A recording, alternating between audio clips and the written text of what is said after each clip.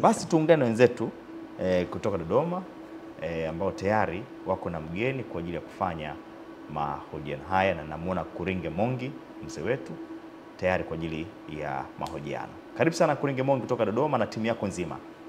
Dar es Salaam, tuko hapa Dodoma. Mimi naitwa Kuringe Mongi, niko na mtangazaji mwenzangu Roda Simba tukiwaletea kipindi cha Baragumu kutoka hapa Dodoma, na tunaye mgeni leo ambaye ni kaimu meneja wa mpango wa taifa wa chanjo Bi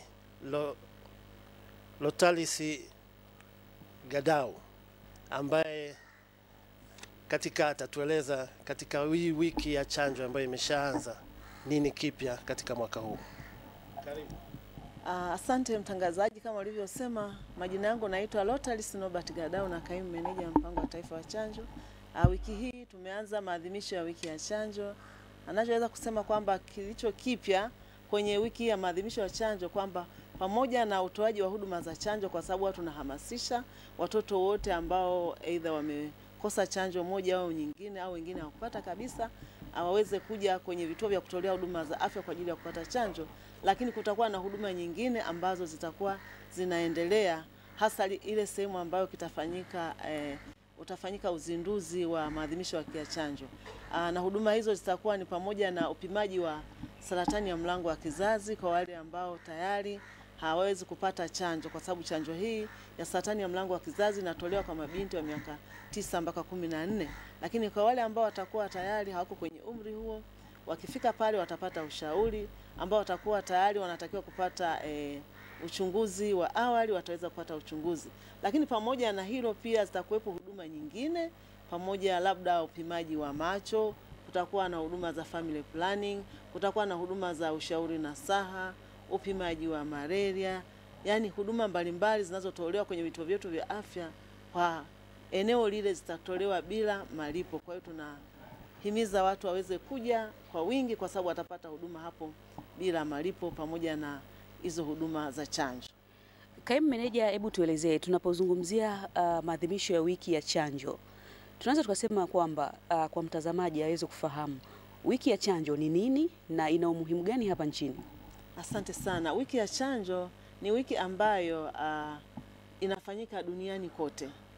Waliamua kufanya hivyo baada ya kuona kwamba katika jamii ile mwaka mzima tunapotoa chanjo, kuna mtu mmoja au mwingine kulingana labda na huduma za kijamii, wengine ni wakulima, wengine ni wafugaji, wanaweza hawakuweza kupata chanjo watoto wao. Na tukiwaacha hivi watakaa kwenye jamii, na mwisho wa siku wanaweza wanapunguza kinga ya jamii na kuweza kusababisha milipuko. Kwa hiyo ikawa imepangwa na Shirika la Afya Ulimwenguni kwamba iwepo wiki maalum ya chanjo ambapo wananchi wataelimishwa, watahamasishwa kuhakikisha wanaleta watoto wao kwenye vituo vya kutolea huduma za chanjo ili waweze kupata chanjo. Na lengo ni kwa wale ambao walikosa kwa namna moja, hakupata hata chanjo yoyote, au walipata moja kwa ajili ya labda ya miundombinu kule aliko, labda vituo vya kutolea huduma viko mbali, akawa sasa hajakamilisha ratiba ya chanjo. Kwa wiki hii ni kuhakikisha wale wote ambao hawakupata kabisa chanjo au walipata dozi moja mbili hakuweza kukamilisha waweze kukusanywa na kuweza kupata chanjo. Mwisho wa siku tuwe na jamii ambayo imekingwa. Sasa Bi Lotalisi, hebu tuambie hali ikoje ya utoaji wa chanjo, ukizingatia kwamba Tanzania imetoa chanjo kwa takriban miaka 50 sasa? Ni kweli kabisa, sasa hivi mwaka huu tumefikia miaka 50 toka tuanze kutoa huduma za chanjo toka 1975. Kuanzia tulipoanza kutoa mpaka sasa hivi tunaweza tukasema kwamba hali ya utoaji wa chanjo imekuwa ya kiwango cha juu. Tumeweza kufikia takriban zaidi ya 95% ya utoaji wa huduma zetu za chanjo. Kwa hiyo tumeweza kuwafikia watu wengi zaidi ukilinganisha na mwanzo kabisa miaka ya 1975 tulipokuwa tunaanza. Wakati wetu tulikuwa tunatoa chanjo chache na ni 3 tu, lakini sasa hivi tunatoa chanjo nyingi ambazo ukiangalia tumefikia kiwango kikubwa sana. Kaimu meneja, hebu tuambie, tunapozungumzia chanjo hizi ni chanjo za aina gani ambazo mnatoa? Chanjo tunazotoa ziko 10 lakini zinakinga magonjwa 14 naweza nikatoa aina ya magonjwa ambayo yanakingwa na hizo chanjo. Kwanza kabisa kuna chanjo ambayo inamkinga na mtoto dhidi ya kifua kikuu ambayo anapozaliwa tu anapata. Nyingine anamkinga dhidi ya ugonjwa wa kupooza, na hiyo mtoto akizaliwa na siku 1-2 anapata hiyo chanjo. Lakini baada ya kupata hizo chanjo mbili, mtoto anatakiwa arudi baada ya wiki 6. Akirudi akiwa na umri wa wiki 6 atapata chanjo ya kumkinga dhidi ya kuhara, atapata chanjo dhidi ya kichomi, kifaduro, donda koo, pepo punda, uti wa mgongo, homa ya ini, mafua makali. Baada ya hapo atarudi tena akiwa na wiki 10, bado atapata chanjo hizo, tutamrudia na wiki ya 14. Lakini akifikisha wiki ya 14 kuna chanjo nyingine anaongezewa, chanjo ya kukinga dhidi ya kupooza kwa njia ya sindano. Baada ya kuwa amekamilisha hiyo miezi 3, huyu mtoto anarudi tena akiwa na miezi 9, tunampa chanjo kukinga dhidi ya ugonjwa wa surua na rubela. Hii anapata akiwa na miezi 9, lakini akiwa na miezi 18 tunamrudia tena anapata dozi ya pili. Lakini mwaka huu tena tutamuongezea dozi nyingine anapokuwa miezi 18, chanjo ya kupooza kwa njia ya sindano, na ni lengo la kutokomeza kabisa ugonjwa wa kupooza, kwa sababu umekuwa ni tishio kubwa duniani kote, na ugonjwa huu huwa ni wa hatari sana. Ukimpata mtoto huwa kuna mawili, aidha anapata ulemavu wa kudumu wa kupooza kiungo kimoja cha mwili au vyote viwili, aidha miguu yote chini, au saa nyingine ikienda kwenye ufahamu, basi huyu mtoto anaweza kapoteza maisha ghafla na usijue kwamba ni kitu gani, kwa sababu ukiangalia tu kwenye tamaduni zetu hatuna ile tabia ya kusema labda tufuatilie hata afya zetu, tuwe tu tunapima. Unakuta ghafla tu mtoto amefariki, ukaanza kusema hii inawezekana labda kuna mtoto katupiwa jini, ndio amerogwa, katupiwa mdudu au amerogwa. Kumbe saa nyingine ni ugonjwa huu hatari ambao ni wa kupooza, anaweza kumpata mtoto kwa ghafla na kaweza kupoteza maisha. Lakini sio hilo tu, kama ni binti akifikisha miaka 9 sasa hivi anaweza kupata chanjo ya kumkinga dhidi ya saratani ya mlango wa kizazi. Toka mwaka jana tulianza kutoa dozi moja, zamani ilikuwa ni dozi 2, lakini sasa hivi ni dozi moja tu. Mtoto yote mwenye umri wa miaka 9 mpaka 14 atapata dozi moja ya kumkinga dhidi ya saratani ya mlango wa kizazi. Lakini kadri tunavyoenda kadri tunavyoenda watakuwa wanapata tu wale watoto wa miaka 9, kwa sababu kundi kubwa la miaka 9 mpaka 18 ya miaka 9 mpaka 14 kuanzia mwaka jana tumeanza kuwachukua. Tulianza kama kampeni tukawachanja, lakini sasa hivi tunaenda kutafutiza wale ambao walibakia wa miaka 9 mpaka 18. Lakini kuanzia tunavyoendelea, ili kundi la miaka 9 mpaka 14 watakuwa wamekwisha, tutakuwa tunatoa tu kwa miaka 9 kuwachanja dhidi ya saratani ya mlango wa kizazi. Hizo ndio chanjo ambazo zinatolewa kwenye mpango wa taifa wa chanjo, pamoja na chanjo za uviko kwa watu wazima kuanzia miaka 18 na kuendelea. Sasa Madam Gadao, mmechukua mkitoa chanjo miaka yote hii, karibu sasa miaka 50. Hebu tueleze mafanikio kama taifa tuliyoyapata. Asante sana. Baada ya kuendelea kutoa chanjo hizi kwa miaka 50 sasa, ni mafanikio makubwa ambayo tumewapata. Kwa wale ambao wamezaliwa miaka ya zamani, wanaweza kukumbuka kwamba kulikuwa na ugonjwa wa ndui. Ugonjwa kwa sasa hivi haupo, tulishautokomeza kwa sababu ya huduma za chanjo zinazotolewa. Na vile vile tulikuwa tuna wodi maalum za surua. Watoto walikuwa wanalazwa huko na kuwekwa huko, wanatengwa. Lakini sasa hivi hakuna hizo wodi, nazo zilishafungwa. Japo surua iko kwa hapa na pale, lakini hata zile dalili ambazo zamani ulikuwa mtoto ukimwona wa surua ungeweza, hata sasa hivi hatuwezi tukaziona, kwa sababu ilikuwa ni hatari kumwona huyo mtoto, unakuta ni madonda labda mwili mzima, mapele. Lakini sasa hivi surua ikimpata unakuta ni virashirashi tu vidogo. Na hii yote ni kwa sababu huduma zetu za chanjo zimeimarishwa na zinatolewa na mwitikio umeshakuwa mkubwa. Kwa sababu unaweza ukakuta labda imetokea, sio mara nyingi, labda mtu ameenda kwenye kituo akaweza kukosa ile huduma bila kujua kwamba, kwa sababu kuna baadhi ya maeneo wanatoa ile chanjo kwa siku maalum kulingana na wingi wa watoto, na chanjo kifungwa inaharibika, kwa hiyo wamejipangia utaratibu. Hasa ikitokea mtu akaenda labda akaikosa, utakuta wanalalamika kweli. Hiyo inaonyesha kwamba watu wamekuwa na mwamko mkubwa kwenye masuala ya chanjo. Kwa hiyo unaweza kuona kwamba yote hayo ni mafanikio, na vile vile miaka ya nyuma kidogo, kabla ya miaka 2012 nyuma, kulikuwa kuna shida sana ya ugonjwa wa kuhara pamoja na kichomi. Watoto walikuwa wanahara na kupoteza maisha, na walikuwa wanabanwa sana na pneumonia. Lakini 2013 tuliweza kuanzisha chanjo kukinga dhidi ya kuhara na pneumonia, na tokea tuanzishe hizo chanjo mbili hadi sasa hivi zile kesi ambazo tulikuwa tunapata za watoto ambao wanalazwa kwenye maodi, wengine kupoteza maisha kwa sababu ya pneumonia na kuhara, zimeweza kupungua kwa kiasi kikubwa. Kwa hiyo yote hayo ni mafanikio makubwa katika huu mpango wetu wa taifa wa chanjo. Na vile vile hata ulemavu wa ghafla, huko nyuma watoto wengi walikuwa unakuta wengine wanatembea kwa magongo, wengi sana ni wale ambao walikuwa wanapata ugonjwa wa kupoza.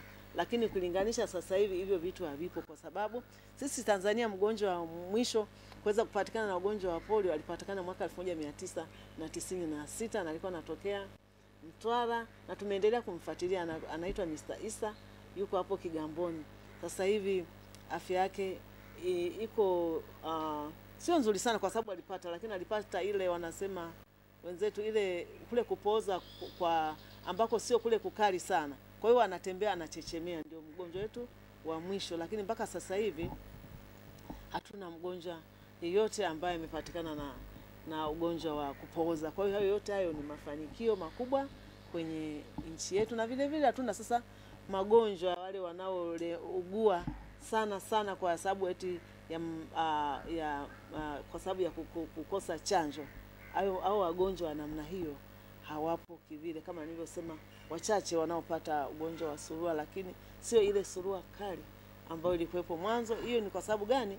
Ni kwa sababu chanjo zetu zimezidi kuimarishwa na kutolewa na kufikia kiwango kikubwa. Hayo naweza nikasema ndio mafanikio kama nchi kulingana na utoaji wa huduma za chanjo Tanzania.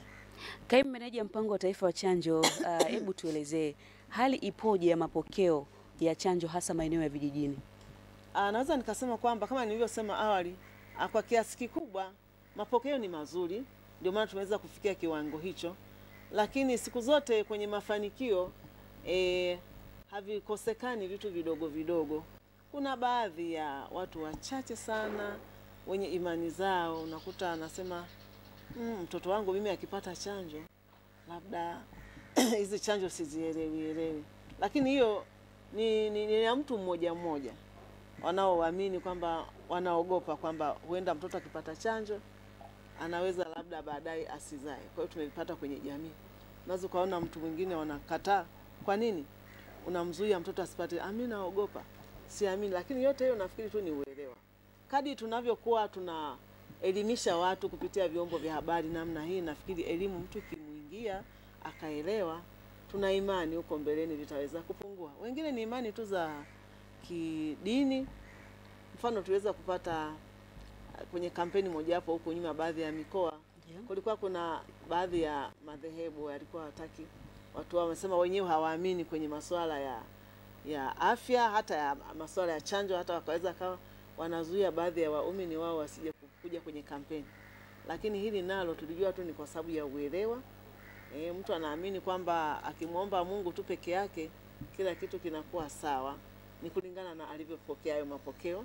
Lakini huwa tunajitahidi kuwaelimisha tena na tena. Tunaita mikutano ya dini, tunatumia wale watumishi wa afya ngazi ya jamii kuweza kutoa elimu huko wanakopita, kwa sababu wale watu wanakaa nao kwenye maeneo yao wanaoishi. Kwa hiyo wanajitahidi kuwapa elimu na tunaona mabadiliko makubwa, kwa sababu wakati huo tunaendelea na kampeni au watu waliweza kuwaruhusu tena waumini wao wakaja kwenye chanjo. Kwa hiyo watu kama hao wapo, lakini tunaendelea kuwapa elimu na mwisho wa siku tutakuwa wote njia moja. Lakini pia Bigadao, kuna issue ya hizi chanjo mnazotoa kwa watoto, kumekuwa pia hazikamilishwi. Nini wito wako? Wito wangu kwa jamii ni kwamba mtoto akipata dozi moja tu kama ni dozi, hiyo chanjo inahitaji dozi 2 au 3, maanake yule mtoto hajakingwa.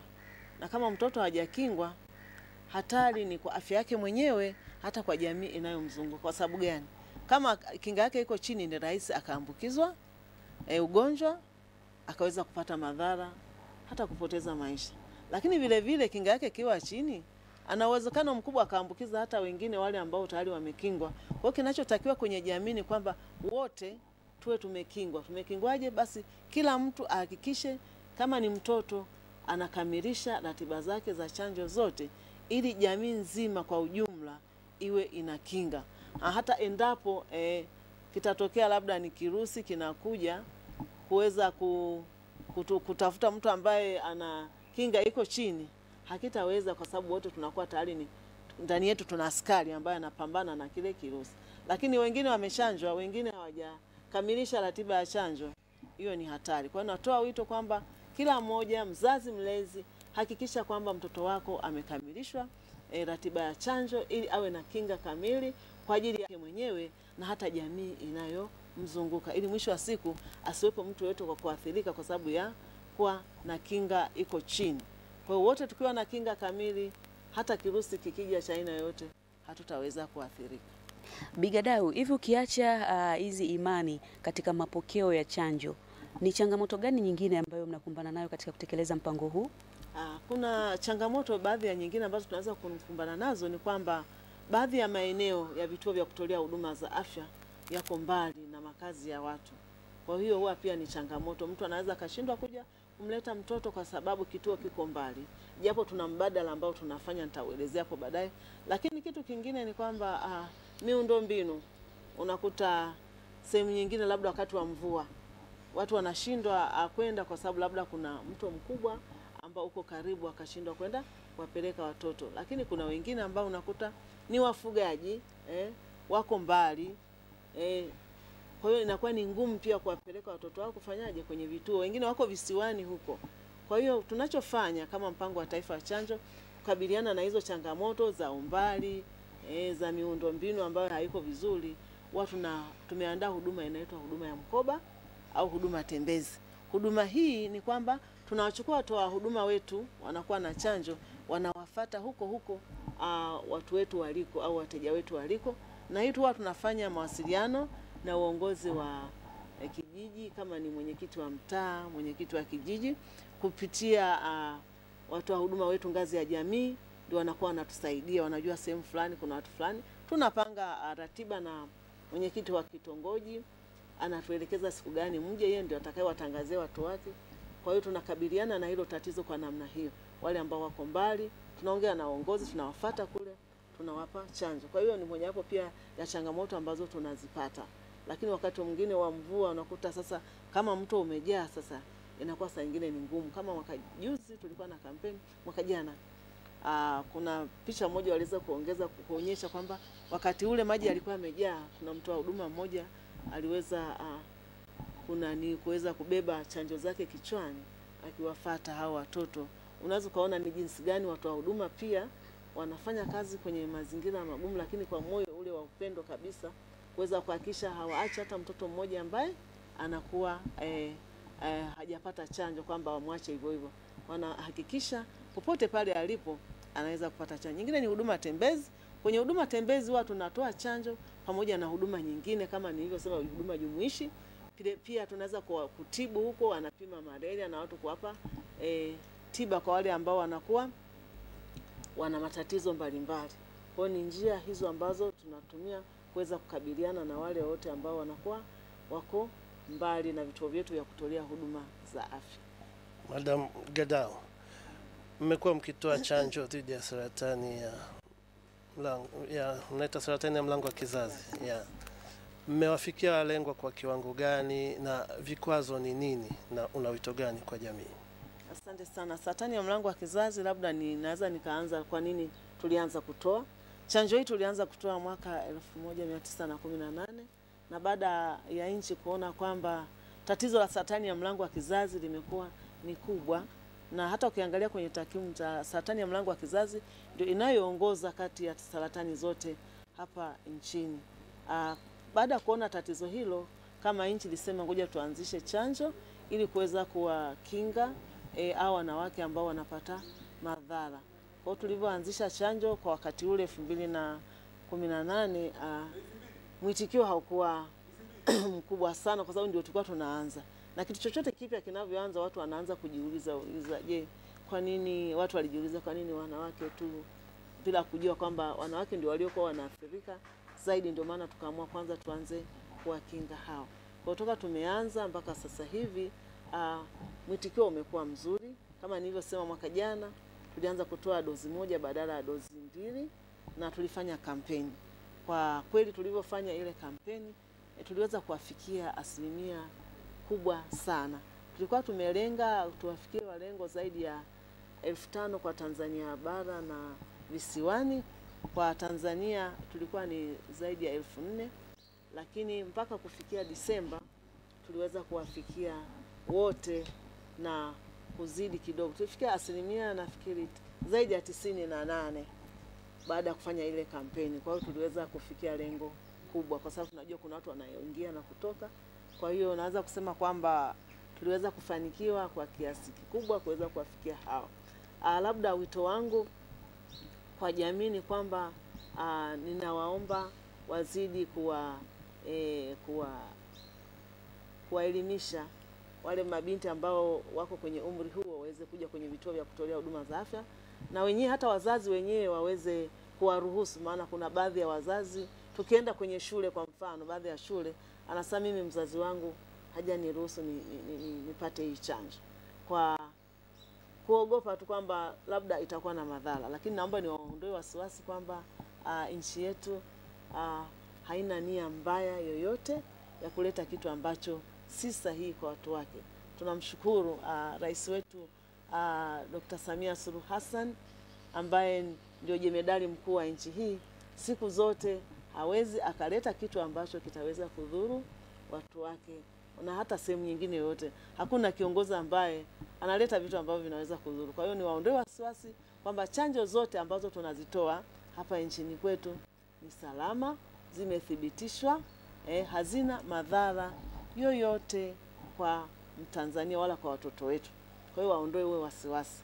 Kwa hapa hivi tunavyoongea ni kwamba hizi chanjo kama nilivyosema kiwango kimekuwa cha juu kwa sababu tayari watu wamekuwa na uelewa wa kutosha, na hata baadhi ya shule tumekuwa tukienda tunakuta wanatupokea vizuri na tunatoa chanjo, watoto wanakuwa wamepata chanjo na wanakingwa. Kwa hiyo kwa sasa hivi naona kama hali sio mbaya, tuko vizuri, na ndio maana nikisema toka mwanzo kwamba kwa kiwango tumefikia zaidi ya 95%. Bigadawi, hivi tunavyozungumzia saratani ya mlango wa kizazi ni nini na wanawake wafanye nini ili wasiathirike na saratani hii? Okay. Saratani ya mlango wa kizazi naweza kusema kwamba labda hii ni saratani ambayo inaambukizwa kwa njia ya kujamiiana kutoka kwa mwanamke kwenda kwa mwanaume. Wakijamiiana kuna uwezekano mkubwa akapata hii saratani ya mlango wa kizazi, akapata hicho kirusi. Na naweza nikasema kwamba njia pekee ya kuweza kuwakinga dhidi ya saratani ya mlango wa kizazi, njia ya kwanza kubwa ni kupata chanjo. Tuwape watoto wetu, hakisha watoto wetu wanapata chanjo wakiwa bado wadogo. Nimesema kati ya miaka 9 mpaka 18 au amekwisha kupata. Akishapata hiyo chanjo kwake ndio kinga pekee ambayo hata akiweza kujamiiana sasa, akiwa tayari yeye ana ile chanjo, ni kinga tosha, hawezi kupata kirusi. Lakini kama hajapata hii chanjo akaanza penda kujamiiana tena, huenda katika umri mdogo, kuna uwezekano mkubwa huyu binti akapata maambukizi na baadaye siku za usoni akaja kupata hiyo saratani ya mlango wa kizazi. Na kama tayari wewe tayari huna nafasi ya kupata chanjo, naweza sema kwa wanawake unachotakiwa kufanya ni kupima. Nasema kufanyiwa uchunguzi wa awali mara kwa mara ili kuangalia je, kwenye ule mlango wa kizazi bado uko salama au la.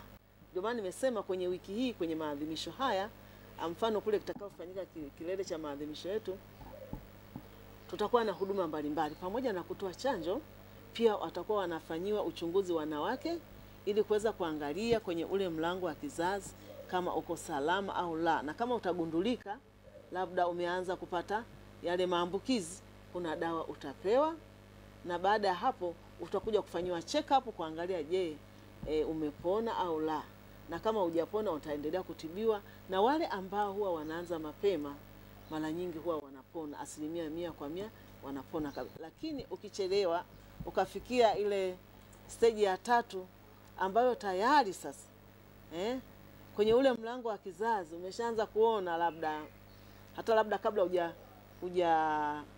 hujagundulika, maana kuna dalili zile za mwisho. Hii saratani ya mlango wa kizazi ubaya wake ni kwamba husikii dalili. Kwa mkajua sasa hivi nimeanza dalili hii, ngoja niwahi. Kuwahi kwako ni kuchanja, na pia kuhakikisha unapima mara kwa mara. Watakuelekeza kila baada ya miaka 3 urudi tena kuchunguzwa. Na vile vile ukiona tayari sasa unaanza kusikia labda maumivu wakati wa kujamiiana, au unapata hedhi yako bila mpangilio, au baada ya tendo la kujamiiana wewe tayari unasikia damu inatoka, maumivu makali, wewe sasa inabidi uende ukachunguzwe kwenye kituo. Na ukiwa kwenye stage hiyo sasa, hiyo tunasema ni hatua ya 3, huwa ni hatari. Kuna mawili tu, kama utapata mionzi unaweza kubahatika ukapona, au hiyo huwa ni 50 kwa 50, unaweza pia ukapoteza maisha. Sasa hatutaki mfike huko, ndio maana tunahimiza na kuelimisha kwamba tuhakikishe kwanza watoto wetu hawa, mabinti zetu hao, tunawakinga wakiwa wadogo, ili atakapopata maambukizi hapo baadaye yasimdhuru, na atakapokuwa anaendelea kuishi huko mbele au anachunguzwa mara kwa mara, ili asifikie hii hatua ya mwisho ya kuchomwa mionzi ambayo ni 50% anaweza kapona au akaweza kupoteza maisha. Naam, Madam Gada, kuna chanjo kwa ajili ya wanaume pia ili tunao tuwakinge na saratani? Asante sana. Hii chanjo ya saratani ya mlango wa kizazi kwa nchi nyingine kama Kameruni na nchi nyingine zilizoendelea, watoto wa kiume wanapata pia, na hata sisi kwa nchi yetu hapa bado hatujaanzisha bado, kwa sababu kama nilivyosema, wakati tunaanzisha tuliangalia baada ya kuona tatizo la saratani mlango wa kizazi imekuwa ni kubwa, kama nchi likasema tuanze na hawa kwanza. Lakini hata wanaume wanaweza wakapata tu, ni kwa sababu tu ya sasa hivi haiko kwenye mpango wetu.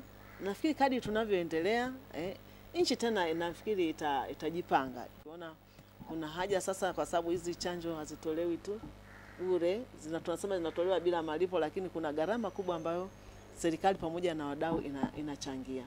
Kwa hiyo ili tusianze kutoa leo kesho tena zikaisha, watu wakaanza kulalamika, kama nilivyosema, watu wamekuwa na mwamko mkubwa na uelewa. Kama nchi tunajipanga ili tuone na hawa vijana wetu nao tunawakingaje, kwa sababu ndio wanao ukiangalia ndio wanaobeba hicho kirusi, japo wao hakiwaathiri sana kama wanawake kinavyoweza kuwaathiri. Wao ni wabebaji tu wa huyo mdudu, lakini hawaathiriki wao sana.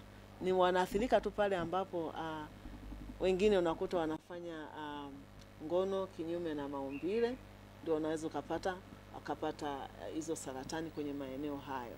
Kwa hiyo lakini kwa wale ambao wapo tu unakuta sio rahisi wakaweza kupata athari kubwa sana. Kwa hiyo huko mbeleni nafikiri kama nchi itaweza kujipanga na kuweza kuona kwamba na hii nayo inaanzishwa. Kwa sababu hata mimi mwenyewe na mtoto wangu wa kiume, kwa saa nyingine huwa nafikiria zaidi, nasema na mimi mtoto wangu angechanjwa ningeweza kujisikia vizuri zaidi.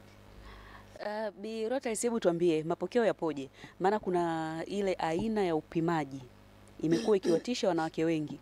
Mapokeo yapoje sasa katika watu kujitokeza kwenda kupata chanjo hiyo na kupima pia ili kufahamu kwamba tayari ana maambukizi ya saratani ya mlango wa kizazi?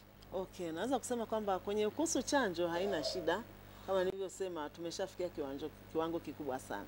Lakini kwenye upimaji kuna wachache ambao wamekuwa wakiogopa. Anasema nasikia hiki kipimo kinauma kikupima. Naomba niwaondoe wasiwasi. Hiki kipimo hakiumi, ni kwamba tu kwa vile tu wamejituni kichwani kwamba nikienda kwa sababu kuna kipimo nitaingizwa huko kwenye mlango wa kizazi labda kitaniletea maumivu. Hiki kipimo huwa hakiumi, na hata mimi mwenyewe nimeweza kupima. Kwa hiyo hakiumi. Kwa hiyo niwaondolee wao wasiwasi. Na ni bora ukapimwa ukagundulika mzima au sio mzima ukapata matibabu mapema kuliko ukaogopa kupimwa halafu baadaye ukaja kupata madhara makubwa halafu yakaja kusababishia ukakosa vitu vingine vya msingi. Kwa sababu kama tayari una saratani ya mlango wa kizazi, naweza nikasema kwamba hata mambo mengine ya kijamii kama umeolewa, hata kama hujaolewa, yatakupita. Kwa sababu utawezaje kufanya wakati mtu tayari unaumwa? Utakuwa na mawazo ya kisaikolojia, utakuwa usangini unawaza kufa tu. Hata watu wengine, hata kulikuwa na rafiki anaweza akakukwepa kwa sababu anakuogopa, kwa sababu kwamba sasa wewe unaumwa, sasa mimi nitakuwaje karibu na wewe.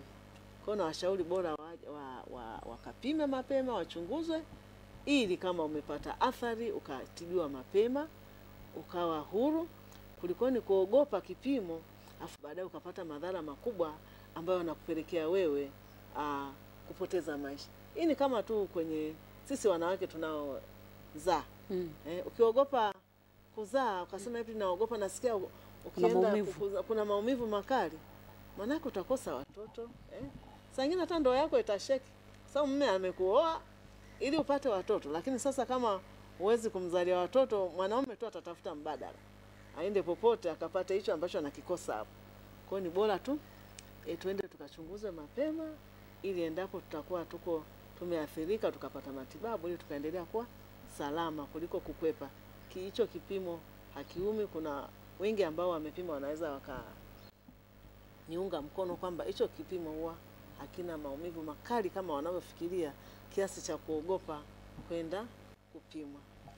Sasa Bigadau, kuna swala la tunarudi pale kwenye chanjo ya saratani ya mlango wa kizazi. Mmekuwa mkiwachanja chini ya miaka 15. Wale waliopita umri huo mnafanyaje kuhusu wao? Asante sana. Nimesema wale ambao wamepita huo umri wa miaka 9 mpaka 14, hapo wenyewe wanafanywa uchunguzi wa awali kuangalia ule mlango wa kizazi kama uko salama au la. Na kama tayari umeshaanza kupata mashambulizi, kuna matibabu watapata. Na wakipata hayo matibabu, nimesema mara nyingi 100% huwa wanapona, wanakuwa katika hali yao ya kawaida. Lakini tu wale ambao watachelewa kuja kufanywa uchunguzi, ndio unaweza kukuta wakaja pale wakiwa tayari na hizo dalili za kusikia maumivu, kutoka uchafu sehemu ya uke, harufu kali, damu inatoka bila mpangilio, au wakishafikia hatua hiyo, mara nyingi unakuta wako kwenye ile stage ya 3 ambayo itabidi waingie kupata mionzi kama atagundulika na kupata mionzi. Nimesema inakuwa ni hatari, kwa sababu anaweza akapona au akapoteza kabisa maisha.